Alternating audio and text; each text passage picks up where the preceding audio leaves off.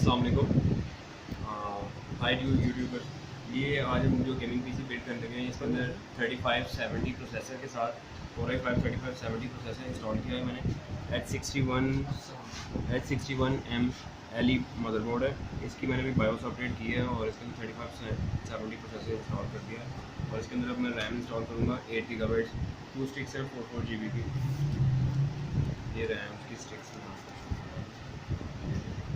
इसका जो सैमसंग की स्टिक्स हैं और सेम बस स्पीड के साथ हैं। इनको मैं इंस्टॉल करने लगा हूँ।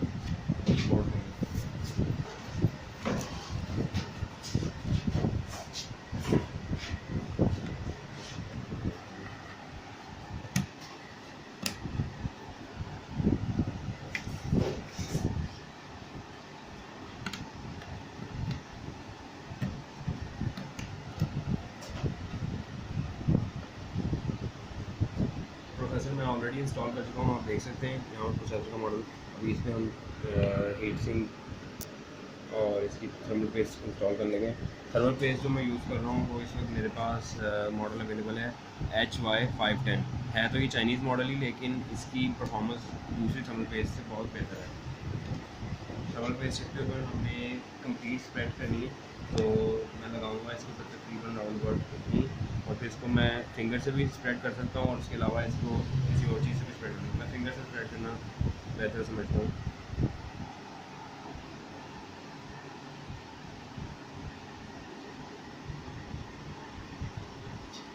इक्वली स्प्रेड करेंगे आप इसको तो आपकी प्रोसेसर की हीट कंपाउंड जो है ना वो आपके हीट सिंक के साथ बेहतर रहती है।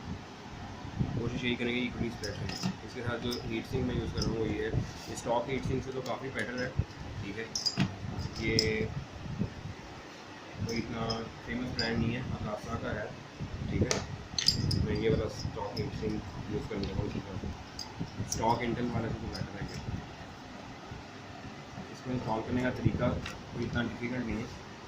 आप इसको इंस्टॉल करते वक्त आपने ध्यान ये रखना है जो आपका पावर कनेक्टर है फ़ैन का, वो आपका CPU फ़ैन कनेक्टर के बिल्कुल अलाइन रहे। इसको आप इस तरह करके इंस्टॉल करेंगे, ठीक है। और इसकी जो 4 पिन है उनको क्रॉस सेक्शनल में पहले आप डालेंगे। क्रॉस सेक्शनल में पहले इधर से डालूँगा और इधर से इसकी पिन को मैं प्रेस करूँगा। पहले इधर इसको इस तरह करके पिन को प्रेस करते हैं और फिर उसके बाद इसको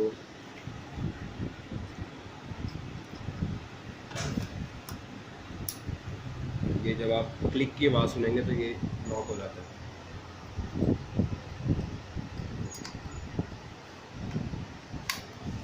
4 क्लिक्स की आवाज़ आपको आएंगी तो आपका प्रोसेसर हीट सिंक लॉक हो जाएगा।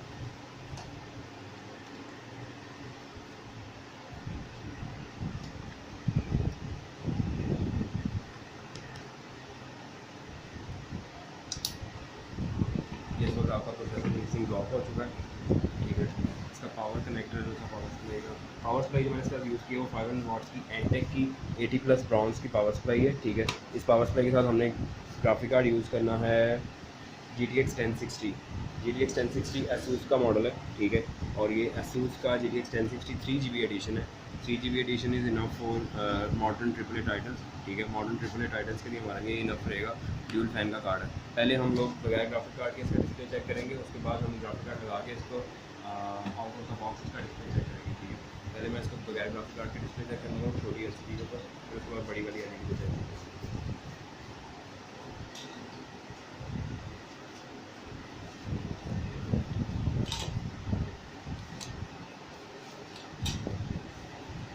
वीडियो बन गया है।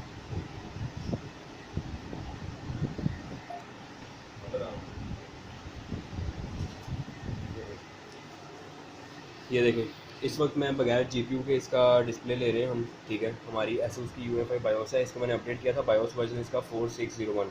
मैं अभी इसकी नेक्स्ट वीडियो के अंदर आपको इसका शेयर करूँगा कि इसकी बायोस को आप किस तरह अपडेट कर सकते हैं। Core i5 प्रोसेसर 3570 3.4 GHz का इसमें शो हो गया और 8192 MB यानी 8 GB की रैम आपकी इसमें आपने इसे डिटेक्ट कर ली है। उसके अलावा इसकी हम जो थोड़ी बहुत ओवरक्लॉकिंग वगैरह ट्यूनिंग वगैरह उसकी वीडियोज़ मैं बाद में शेयर करता हूँ।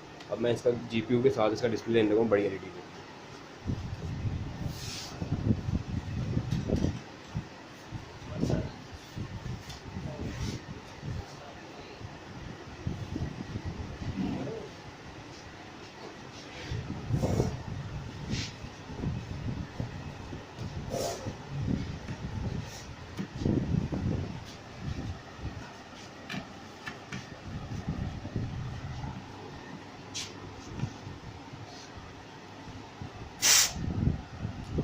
इसका 6 पिन कनेक्टर है, तो 6 पिन कनेक्टर आप अपने पावर सप्लाई से लगाएंगे इसमें, ठीक है।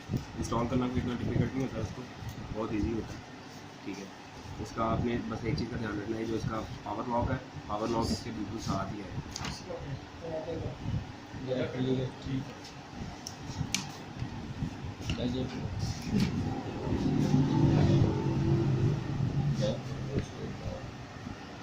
ये आउट ऑफ द केस है, तो इस वजह से इसको हम लॉक तो नहीं कर सकते।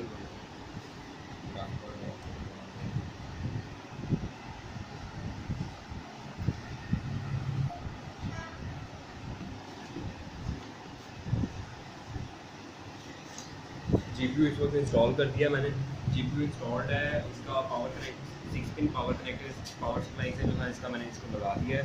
आउट ऑफ द बॉक्स इसका GPU के साथ इसका हम अपनी स्पेसिफिकेशन का LED पे डिस्प्ले देने लगे हैं, जिस LED का हमने यूज़ करना है।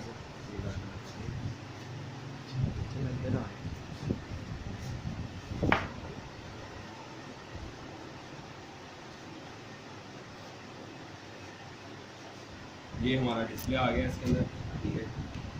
ये इसमें GPU के साथ डिस्प्ले है, ये देखिए, ये इसके अंदर ये आपका आप देख सकते हैं 4 i5 3570 प्रोसेसर है, 3.4 GHz का।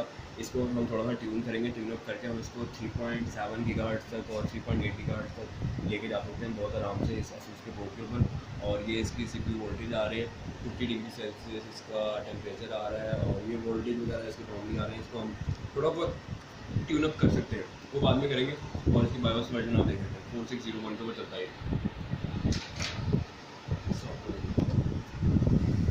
अस्सलाम वालेकुम, ये देखें ये केस है, इस केस के अंदर हम ये पीसी को बिल्ड कर लेंगे।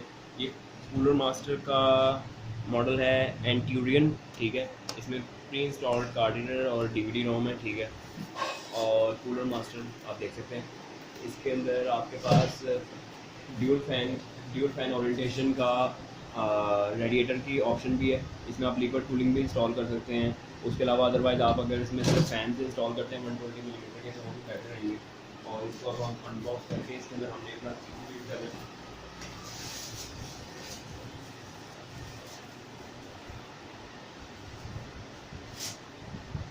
ये पावर सप्लाई है जो इसमें मैंने इंस्टॉल करनी थी, 500 वॉट्स की एंटेक की पावर सप्लाई है, ये 80+ स्ट्रॉन्ग है, जिसमें इंस्टॉल कर रहे हैं। उसके अलावा ये यूज्ड केस है, न्यू नहीं है।